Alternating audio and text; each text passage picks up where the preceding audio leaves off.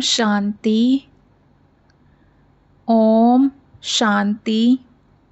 7 जून 2024। आज के बाप दादा के महावाक्य। आज बाबा ने कहा, मीठे बच्चे, तुम आपस में रूहानी भाई भाई हो। तुम्हारा एक दो से अति प्यार होना चाहिए। तुम प्रेम से भरपूर गंगा बनो।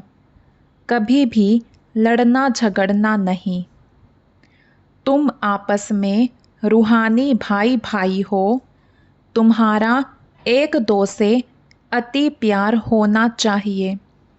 तुम प्रेम से भरपूर गंगा बनो। कभी भी लड़ना झगड़ना नहीं। प्रश्न है, रूहानी बाप को कौन से बच्चे बहुत बहुत प्यारे लगते हैं? उत्तर, पहली बात, जो श्रीमत पर सारे विश्व का कल्याण कर रहे हैं। दूसरी, जो फूल बने हैं, कभी भी किसी को कांटा नहीं लगाते, आपस में बहुत बहुत प्यार से रहते हैं, कभी रूसते नहीं। ऐसे बच्चे बाप को बहुत बहुत प्यारे लगते हैं। जो देह अभिमान में आकर आपस में लड़ते हैं, लून पानी होते हैं, वह बाप की इज्जत गंवाते हैं। वह बाप की निंदा कराने वाले निंदक हैं। ओम शांति। जैसे रूहानी बच्चों को अब रूहानी बाप प्यारा लगता है, वैसे रूहानी बाप को रूहानी बच्चे भी प्यारे लगते हैं, क्योंकि श्रीमत पर सारे विश्व का कल्याण कर रहे हैं। कल्याणकारी सब प्यारे लगते हैं। तुम भी आपस में भाई भाई हो, तो तुम भी ज़रूर एक दो को प्यारे लगेंगे। बाहर वालों से इतना प्यार नहीं रहेगा जितना बाप के बच्चों का आपस में होगा। तुम्हारा भी आपस में बहुत बहुत प्यार होना चाहिए। अगर भाई भाई यहाँ ही लड़ते झगड़ते हैं या प्यार नहीं करते, तो वह भाई नहीं ठहरे। तुम्हारा आपस में लव होना चाहिए। बाप का भी आत्माओं से लव है ना, तो आत्माओं का भी आपस में बहुत लव होना चाहिए। सतयुग में सब आत्माएं एक दो को प्यारी लगती हैं, क्योंकि शरीर का अभिमान टूट जाता है। तुम भाई भाई एक बाप की याद से सारे विश्व का कल्याण करते हो। अपना भी कल्याण करते हो, तो भाइयों का भी कल्याण करना चाहिए। इसलिए बाप देही अभिमानी से देह अभिमानी से देही अभिमानी बना रहे हैं। वो लौकिक भाई भाई तो आपस में धन के लिए, हिस्से के लिए लड़ पड़ते हैं।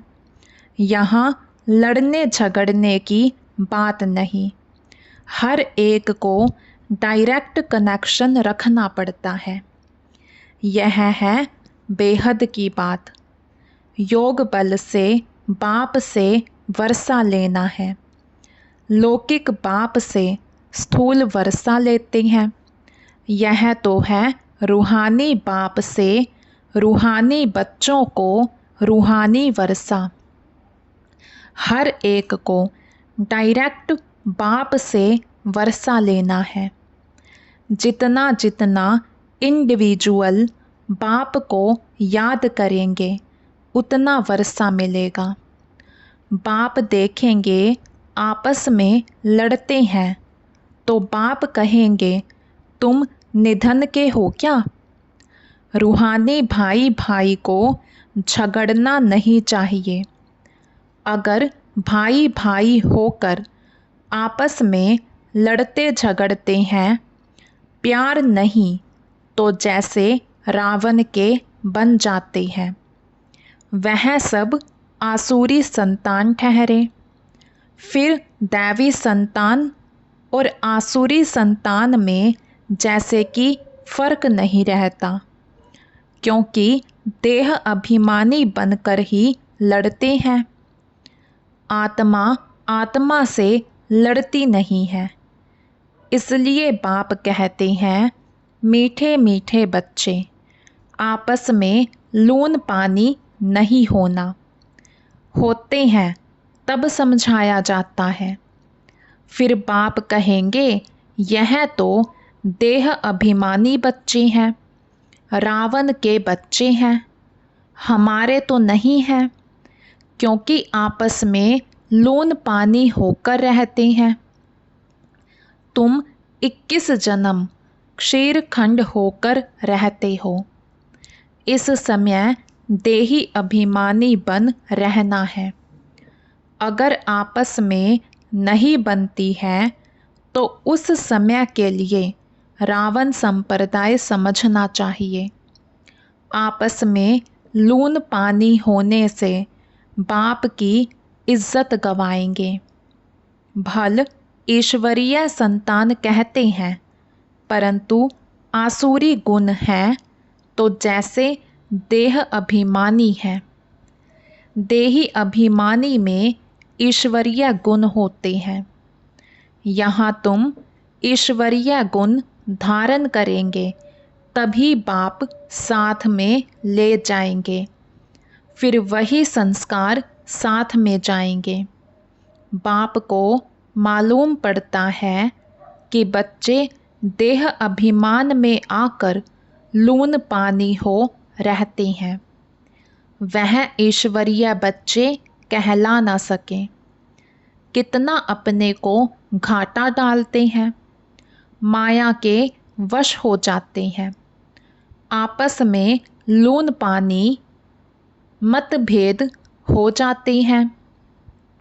यूं तो सारी दुनिया ही लून पानी है, लेकिन अगर ईश्वरीय संतान भी लून पानी हो तो बाकी फर्क क्या रहा। वह तो बाप की निंदा कराते हैं। बाप की निंदा कराने वाले लून पानी होने वाले ठोर पा ना सकें। उनको नास्तिक भी कह सकते हैं। आस्तिक होने वाले बच्चे कभी लड़ नहीं सकते। तुम्हें आपस में लड़ना नहीं है, प्रेम से रहना यहाँ ही सीखना है। जो फिर 21 जन्म आपस में प्रेम रहेगा। बाप के बच्चे कहलाकर फिर भाई भाई नहीं बनते तो वह आसुरी संतान ठहरे। बाप बच्चों को समझाने के लिए मुरली चलाते हैं, लेकिन देह अभिमान के कारण उन्हों को यह भी मालूम नहीं पड़ता कि बाबा हमारे लिए कह रहे हैं। माया बड़ी तीखी है। जैसे चूहा काटता है, जो मालूम ही नहीं पड़ता है, माया भी बड़ी मीठी मीठी फूंक दे और काट लेती है, पता भी नहीं पड़ता है। आपस में रूसना आदि आसुरी संप्रदाय का काम है। बहुत सेंटर्स में लून पानी होकर रहते हैं। अभी कोई परफेक्ट तो बने नहीं हैं। माया वार करती रहती है। माया ऐसा माथा मोड़ लेती है जो पता नहीं पड़ता है। अपने दिल से पूछना है कि हमारा आपस में प्रेम है व नहीं। प्रेम के सागर के बच्चे हो तो प्रेम से भरपूर गंगा बनना चाहिए। लड़ना झगड़ना, उल्टा सुल्टा बोलना, इससे ना बोलना अच्छा है। Hear no evil. अगर किसी में क्रोध का अंश है तो वह लव नहीं रहता है। इसलिए बाबा कहते हैं, रोज़ अपना पोता मेल निकालो। आसुरी चलन सुधरती नहीं तो फिर नतीजा क्या निकलता है? क्या पद पाएंगे? बाप समझाते हैं, कोई सर्विस नहीं करेंगे तो फिर क्या हालत हो जाएगी? पद कम हो जाएगा। साक्षात्कार तो सबको होना ही है। तुमको भी अपनी पढ़ाई का साक्षात्कार होता है। साक्षात्कार होने के बाद फिर तुम ट्रांसफ़र होते हो। ट्रांसफ़र होकर तुम नई दुनिया में आ जाएंगे। पिछाड़ी में सब साक्षात्कार होगा। कौन कौन किस मार्क्स से पास हुआ है।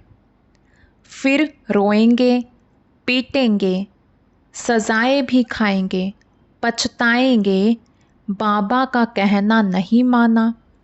बाबा ने तो बार बार समझाया है, कोई आसुरी गुण नहीं होना चाहिए। जिनमें दैवी गुण हैं उनको ऐसा आप समान बनाना चाहिए। बाप को याद करना तो बहुत सहज है। अल्फ और बे। अल्फ माना बाप, बे बादशाही। तो बच्चों को नशा रहना चाहिए। अगर आपस में लून पानी होंगे तो फिर ईश्वरीय औलाद कैसे समझेंगे? बाबा समझेंगे यह आसुरी औलाद है। माया ने इसे नाक से पकड़ लिया है। उनको पता भी नहीं पड़ता है। सारी अवस्था डांवाडोल, पद कम हो पड़ता है। तुम बच्चों को उन्हें प्रेम से सिखाने की कोशिश करनी चाहिए। प्रेम की दृष्टि रहनी चाहिए। बाप प्रेम का सागर है तो बच्चों को भी खींचते हैं ना। तो तुमको भी प्रेम का सागर बनना है। बाप बच्चों को बहुत प्यार से समझाते हैं, अच्छी मत देते हैं। ईश्वरीय मत मिलने से तुम फूल बन जाते हो। सब गुण तुमको देते हैं। देवताओं में प्यार है ना, तो वह अवस्था तुम्हें यहाँ जमानी है। इस समय तुमको नॉलेज है। फिर देवता बन गए तो नॉलेज नहीं रहेगी। वहाँ दैवी प्यार ही रहता है। तो बच्चों को अब दैवी गुण भी धारण करने हैं। अभी तुम पूज्य बनने लिए पुरुषार्थ कर रहे हो। अभी संगम पर हो। बाप भी भारत में आते हैं, शिव जयंती मनाते हैं, परंतु वह कौन है, कैसे, कब आते, क्या करते हैं, यह नहीं जानते। तुम बच्चे भी अभी नंबरवार पुरुषार्थ अनुसार जानते हो। जो नहीं जानते वह किसी को समझा भी नहीं सकते। फिर पद कम हो जाता है। स्कूल में पढ़ने वालों में कोई की चलन खराब होती है तो कोई की सदैव अच्छी चलन रहती है। कोई प्रेजेंट रहे, कोई अब्सेंट। यहाँ प्रेजेंट वह है जो सदैव बाप को याद करते हैं, सवदर्शन चक्र फिराते रहते हैं। बाप कहते हैं, उठते बैठते तुम अपने को सवदर्शन चक्रधारी समझो। भूलते हो तो अब्सेंट हो जाते हो। जब सदैव प्रेजेंट होंगे तब ही ऊंच पद पाएंगे, भूल जाएंगे तो कम पद पाएंगे। बाप जानते हैं अभी टाइम पड़ा है। ऊंच पद पाने वालों की बुद्धि में यह चक्र फिरता होगा। कहा जाता है शिव बाबा की याद हो, मुख में ज्ञान अमृत हो, तब प्राण तन से निकले। अगर कोई चीज़ से प्रीत होगी तो अंतकाल में वह याद आती रहेगी। खाने का लोभ होगा तो मरने के समय वह चीज़ ही याद आती रहेगी, यह खाऊं। फिर पद भ्रष्ट हो पड़ेगा। बाप तो कहते हैं सवदर्शन चक्रधारी होकर मरो और कुछ भी याद ना आए। बिगर कोई संबंध जैसे आत्मा आई है वैसे जाना है। लोभ भी कम नहीं। लोभ है तो पिछाड़ी समय वही याद आता रहेगा। नहीं मिला तो उसी आश में मर जाएंगे। इसलिए तुम बच्चों में लोभ आदि भी नहीं होना चाहिए। बाप समझाते तो बहुत हैं, परंतु समझने वाले कोई समझे। बाप की याद को एकदम सीने से लगा दो। बाबा, ओहो बाबा। बाबा बाबा मुख से कहना भी नहीं है। अजपा जाप चलता रहे। बाप की याद में कर्मातीत अवस्था में यह शरीर छूटे तब ऊंच पद पा सकते हो। अच्छा, मीठे मीठे सिकिलधे बच्चों प्रति माता पिता बाप दादा का याद प्यार और गुड मॉर्निंग। रूहानी बाप की रूहानी बच्चों को नमस्ते। हम रूहानी बच्चों की रूहानी बाप दादा को दिल व जान शिकवा प्रेम से नमस्ते जी, नमस्ते जी। धारणा के लिए मुख्य सार। फर्स्ट पॉइंट, प्रेम से भरपूर गंगा बनना है। सबके प्रति प्रेम की दृष्टि रखनी है। कभी भी मुख से उल्टे बोल नहीं बोलने हैं। सेकंड पॉइंट, किसी भी चीज़ में लोभ नहीं रखना है। सवदर्शन चक्रधारी होकर रहना है। अभ्यास करना है कि अंत समय कोई भी चीज़ याद ना आए। आज का वरदान। पुरानी देह व दुनिया की सर्व आकर्षणों से सहज और सदा दूर रहने वाले राज ऋषि भव।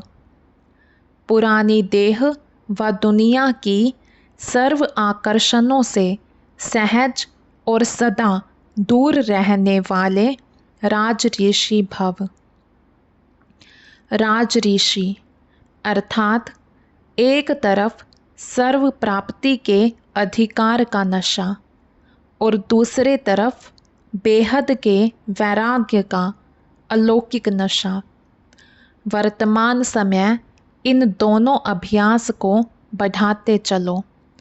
वैराग्य माना किनारा नहीं, लेकिन सर्व प्राप्ति होते भी हद की आकर्षण मन बुद्धि को आकर्षण में नहीं लाए।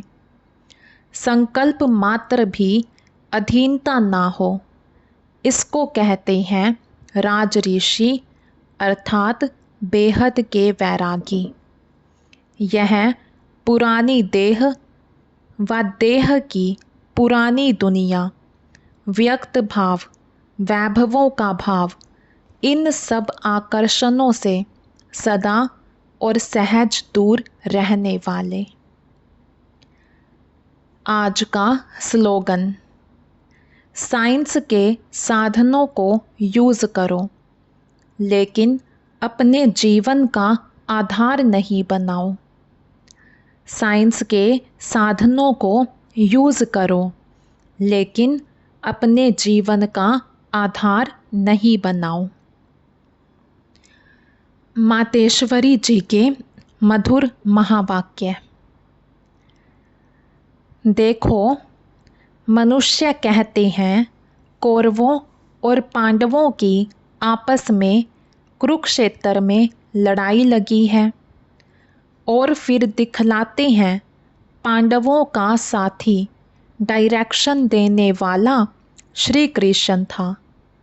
तो जिस तरफ स्वयं प्रकृतिपति है, उसकी तो विजय ज़रूर होगी। देखो, सभी बातें मिला दी हैं।